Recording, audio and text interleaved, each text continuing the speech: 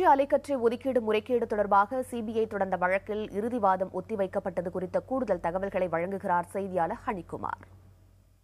2G அலைக்கற்றை ஒதுக்கீட்டில் முறைகேடு நடைபெற்றதாக சிபிஐ தொடர்ந்த வழக்கினுடைய இறுதிவாதம் அக்டோபர் 28ஆம் தேதிக்கு ஒத்திவைக்கப்பட்டிருக்கிறது. 2G அலைக்கற்றை ஒதுக்கீட்டில் முறைகேடு நடைபெற்றதாக முன்னாள் மத்திய அமைச்சர் ராசா, கனிமொழி, கலைஞர் தொலைக்காட்சியின் சரத்குமார் உள்ளிட்ட 14 பேர் மீது சிபிஐ குற்றம் சாட்டியிருந்தது.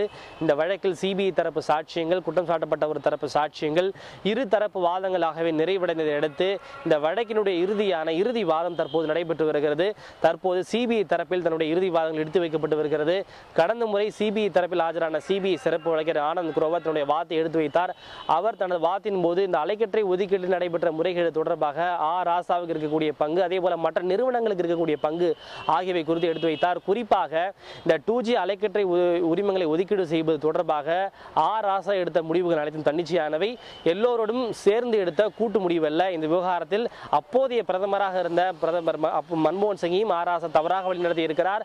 இந்த விவகாரத்தில் ராசாவுக்கு குற்ற சதி இருக்கிறது என வாதாடினார். இதனை அடுத்து இந்த வழக்கினுடைய விசாரணை இன்றைக்கு ஒத்திவைக்கப்பட்டிருந்தது. இன்றைக்கு இந்த வழக்கு விசாரணைக்கு வந்தபோது நீதிமன்றத்தில் சிபிஐனுடைய சிறப்பு வழக்கறிஞர் ஆனந்த் குரோவர் ஆஜராகவில்லை. அவரின் சார்பாக கே கோஜல் ஆஜராகி இருந்தார். சிபிஐ தரப்பில் வாதங்களை எடுத்து வைப்பதற்கு கால அவகாசம் தேவை என கோரிக்கை விடுத்தார். மேலும் இன்றைக்கும் நாளைக்கு மட்டுமே நீதிமன்றம் இருக்கிறது. அதன் பிறகு தசரா கொண்டாட்டம் தொடங்க இருப்பதன் காரணமாக நீதிமன்றத்துக்கு விடுமுறை வருகிறது.